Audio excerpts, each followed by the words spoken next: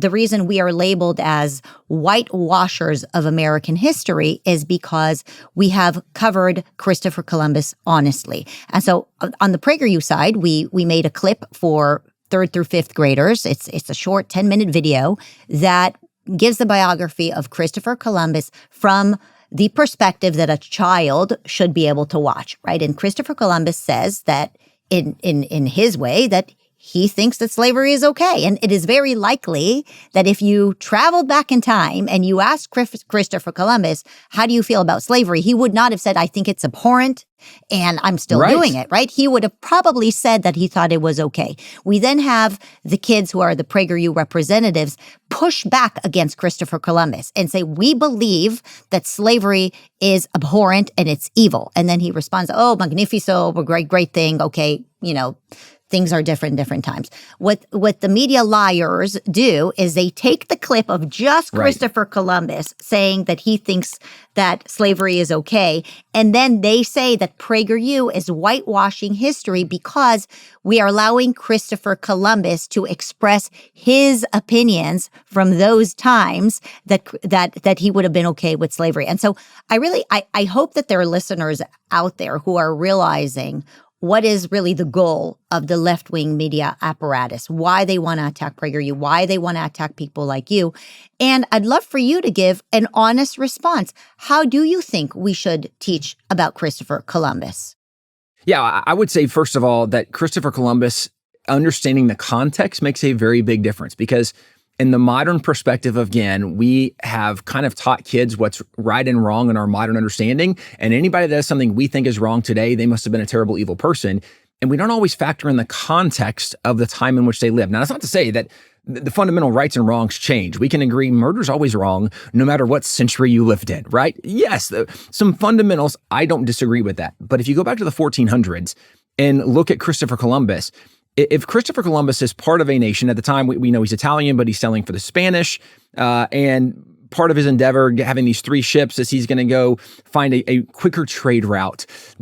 Because now what happened with the Silk Road, the Ottoman Empire came in, they've interrupted the trade routes, and so they're trying to find other ways to get around over to India, to Asia, to keep trade open. And he says, instead of selling like north around Europe or south around Africa, we know it's a globe, let's sail that way. But he's sailing for Spain. Now, a couple of things to note. Spain was one of the noted slave traders in the North Atlantic slave trade at that time. But this was not unique for Spain.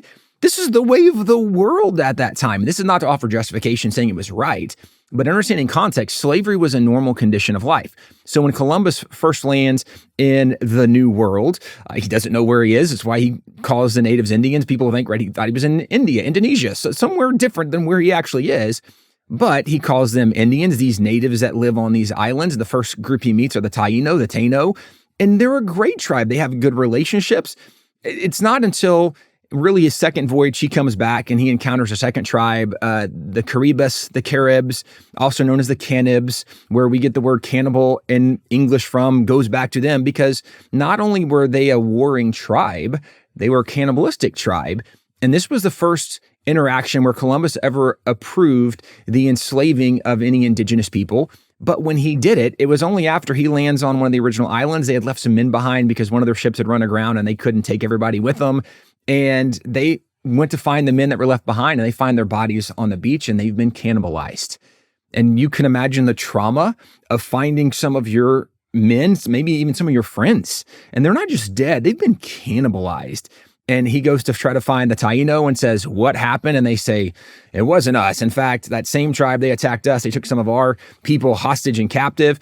And they join with Columbus to go find this other tribe that did it. When they find the Canib tribe, they attack them. And after they have conquered this village, at that time, there's only 2 options for survivors. And I'm not saying this again as a justification. This is a reality of history in the 1400s. If one people group attacks another people group, at the end of the war, the survivors on the losing side, either you are killed or you are enslaved. That was the way the world was. So to say that Columbus approved of slavery, well, he did. There were some context and parameters around it. He wasn't kind of the way that the narrative is told today is he just enslaved all the natives. Well, that's not correct, because he didn't enslave the Taino the way that the Caribs were. But when you tell the whole story in context, it does put a different light on Columbus. Not to say that he was a perfect person, again, because our basic understanding is that all people are flawed. I think part of our perspective, even as Christians, we believe that all people are sinners and are in need of a savior. Well, that impacts our even understanding of humanity. Nobody's perfect. And this is a fundamental part of understanding history, is if people aren't perfect, and our expectation shouldn't be they should be perfect, but rather, I would say, even from a faith perspective, one of the things that was so unique about people like Columbus, and come forward through a George Washington, a Thomas Jefferson, even an Abraham Lincoln, what's so remarkable is to see how a perfect God used imperfect people to accomplish really significant things that ultimately did change a lot of the Western Hemisphere, changed the world in really positive directions. But backing up to Columbus, the idea that you're going to tell the honest story and it triggers people. Well, how dare you say this? And maybe to say something inflammatory against some of the native peoples. What we try to do as we study stories or people is we ask some very basic questions. What happened? How do we know? What source do we have? Is there more to the story? What's the context? These are very, very basic questions that should be what every kid learns as he grows up. And most kids aren't taught to ask questions because of the progressive education system. We're taught to memorize and repeat. And so whatever the modern narrative is, they memorize and repeat that. And that's why even some of the attacks we see against us that lead to ad hominem attacks, they can't criticize, well, you misrepresented what actually happened. No, because we didn't misrepresent it. But instead, they're going to say, well, who are you? You're not qualified. You're not good enough. You're biased. Whatever it is, right? They're ad hominem attacks because they can't defend the position, so they attack the person.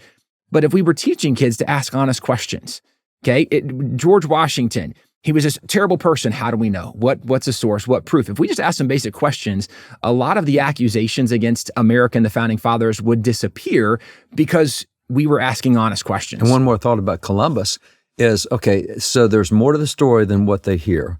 The enslavement part is limited, and there are conditions around it. It wasn't just enslaved people. But when it's all over and done with, there was enough history, and there were more than 10,000 people that went on the 4 voyages with Columbus. So there's a lot of records about Columbus and a lot of people who went with him, colonies that he created. So at the end of the day, across the world, more than 600 statues have been erected to Christopher Columbus.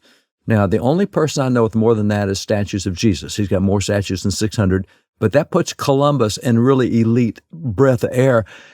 What did they know? Didn't they understand how bad this guy was? No, because they had a whole lot more history. They had a better perspective. They understood the context, and that's why he has 600 statues to him. And so to take the little bit that we know today, to put it in an agenda and to try to impress on somebody, you're rejecting all of history, all the experts of history throughout the last several hundred years that have come up with different conclusions. What makes us so much smarter than everybody else? We're not. And it's not because he was perfect, but it's recognizing the contribution of what he did. And again, I think this is one of the challenges in the modern narrative today is if we find out somebody wasn't perfect, we should cancel them. And there's so many levels of irony in this because they only want to cancel people on one side of their stories. In acknowledging, cancel as in not teach Christopher Columbus, not teach George Washington, tear down their statues, James Monroe, not teach any of them because all of them had slaves at that time. Or something to that extent, right? Because I would even contend they're not pro people that didn't have slaves to that extent. When some of the riots went on after the summer of the George Floyd riots, I think it was Minnesota, I think was the one where students on campus actually destroyed a Abraham Lincoln statue. Three Abraham Lincoln statues went down because he's a big slave owner. Really? Abraham? And then the statue of Ulysses S. Grant that was torn down because he owned slaves? Wait a minute, time out. His wife was her father's prominent Democrat, and for a wedding gift, he gave his daughter a slave, and Ulysses says, we ain't doing that, and so they did not have this slave. But because he owned a slave or was a slave owner, it's crazy. They tore the statue down. But again, to the point, the idea wasn't just that we are opposed to slavery. What you saw ultimately is we're opposed to all white people from early America. That's right. Is more of what the position was. Yeah. And so it's not honest. It's pretty disingenuous, but it's very Marxist motivated that we're going to go against the people that we've been told are bad. And because in education, we teach kids not to think, but to memorize and repeat.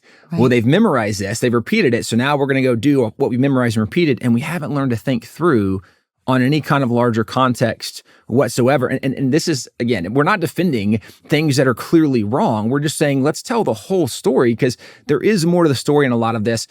Growing up, one of the things that was really helpful for me in even understanding some of this, there was a very famous radio host. His name was Paul Harvey.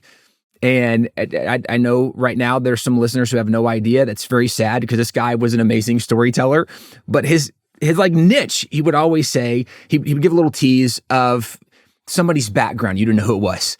And he would then go to break and he'd come back and say, and now the rest of the story. And he would tell you the rest of the story. Yeah. You'd find out who this person was. You're like, this person's amazing once you learn the whole story. And I think what we have done in a great disservice to our students is we haven't told the whole story. We've only told part of the story. And sometimes the part of the story we're telling is not even honest. And we're exaggerating sometimes the evils that existed to make it seem worse. But if we just told the whole story, we would have a much better perspective of what actually happened.